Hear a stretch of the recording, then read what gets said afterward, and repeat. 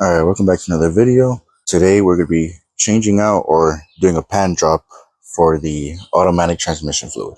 Let's see if we can get started.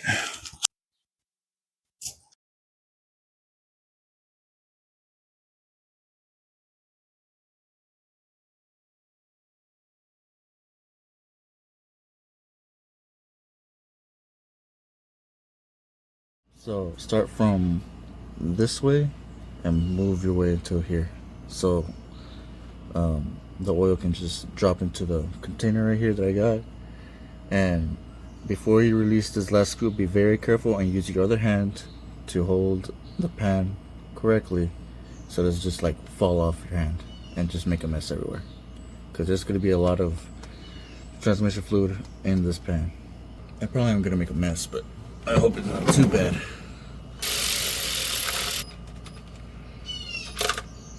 Alright, it's going to fall off, so get ready to hold it in place.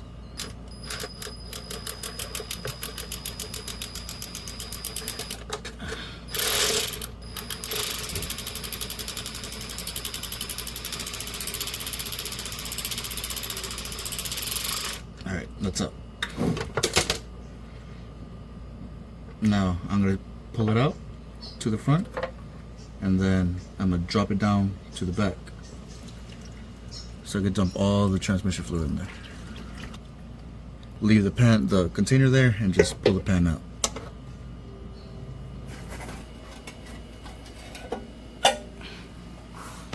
There we go.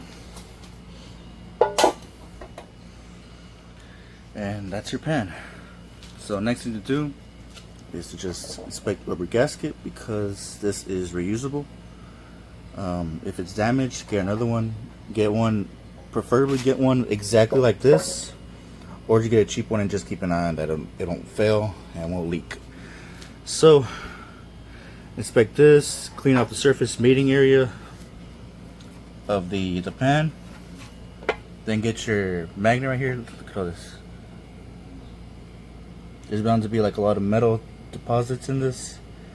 So inspect the gasket, clean the pan of any leftover gasket with like a plastic scraper of some sort, and then take off the magnet. Then clean all this with brake cleaner. Clean it up. I'm gonna be using the brake parts cleaner from SuperTech.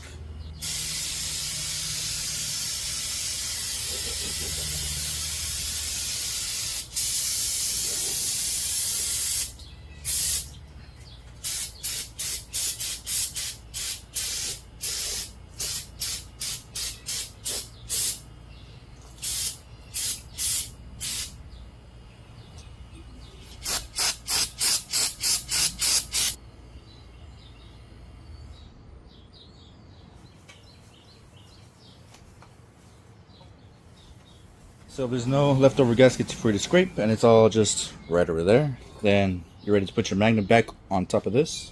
There's no right way or wrong way to put it. Just goes in like that. After like your area is cleaned, you're gonna be pulling out the filter from under the car. So we're not done yet. So this is what you're gonna be taking out next. This is your transmission fluid filter, and to take it out, you just pop it off. I'm gonna get another hand. There you go, just like that. You should note that this little gasket can sometimes be stuck up into this hole right here. So make sure you take that out, because the new filter is gonna come with the gasket, and if both the gaskets are mixed into it, it's not gonna work well. Also, if you guys see a yellow plug or something of that nature in your transmission fluid pan, don't be alarmed. That little dipstick plug is just there left from the factory, and it's just a sign that your transmission fluid hasn't been changed before. Now, it's not an issue if you leave it on, like in the drain pan again, or not. It's up to you. Me, I just took it out. Why not? So after your transmission filter is out, you just put it in the container, because you know I'm gonna need it. I'm using this transmission filter. I've had it before. It's actually the same one in the car. This is my second time dropping the pan, so It worked fine. Just gonna reuse it again. Still have to clean the gasket, so I'll do that now. Alright, once our gasket is pretty clean, then we can move on to the next step. And that's to clean the main surface of the transmission, well, mating surface, where the pan meets the bottom of the transmission. I'm not going to show that, but just get a rag and just clean around it, and you'll be good. I'm going to be using the Valvoline Max Life transmission fluid.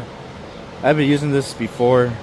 I know a lot of people are going to be like, just use Motorcraft or blah blah blah, but I've had this for definitely well over like 30,000 miles, zero issues, so I use it. I mean, if you don't want to use it, that's fine.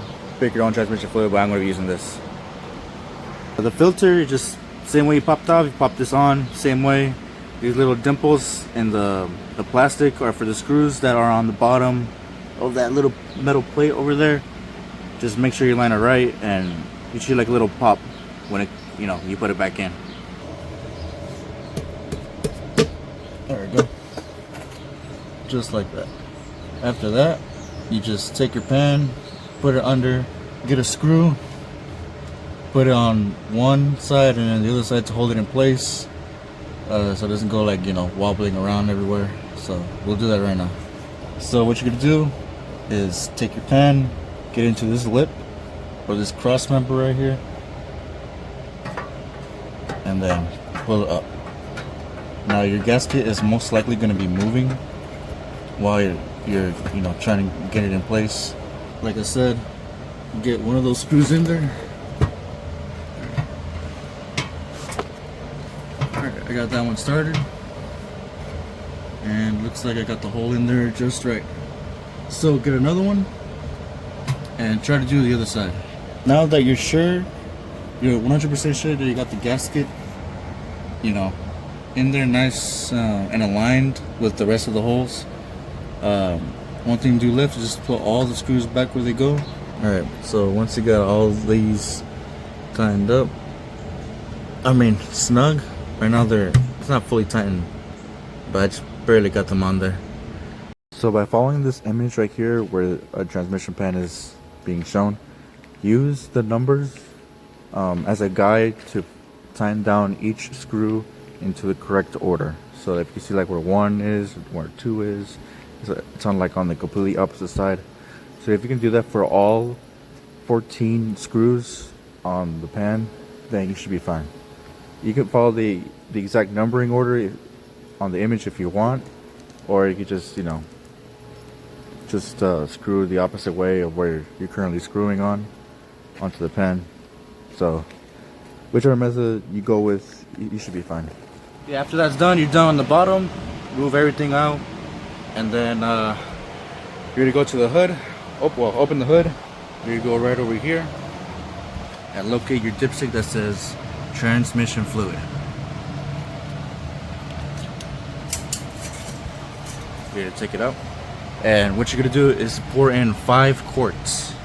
I'm putting my little funnel here. Fits right in. Alright, once that's done, it's time to turn the car on.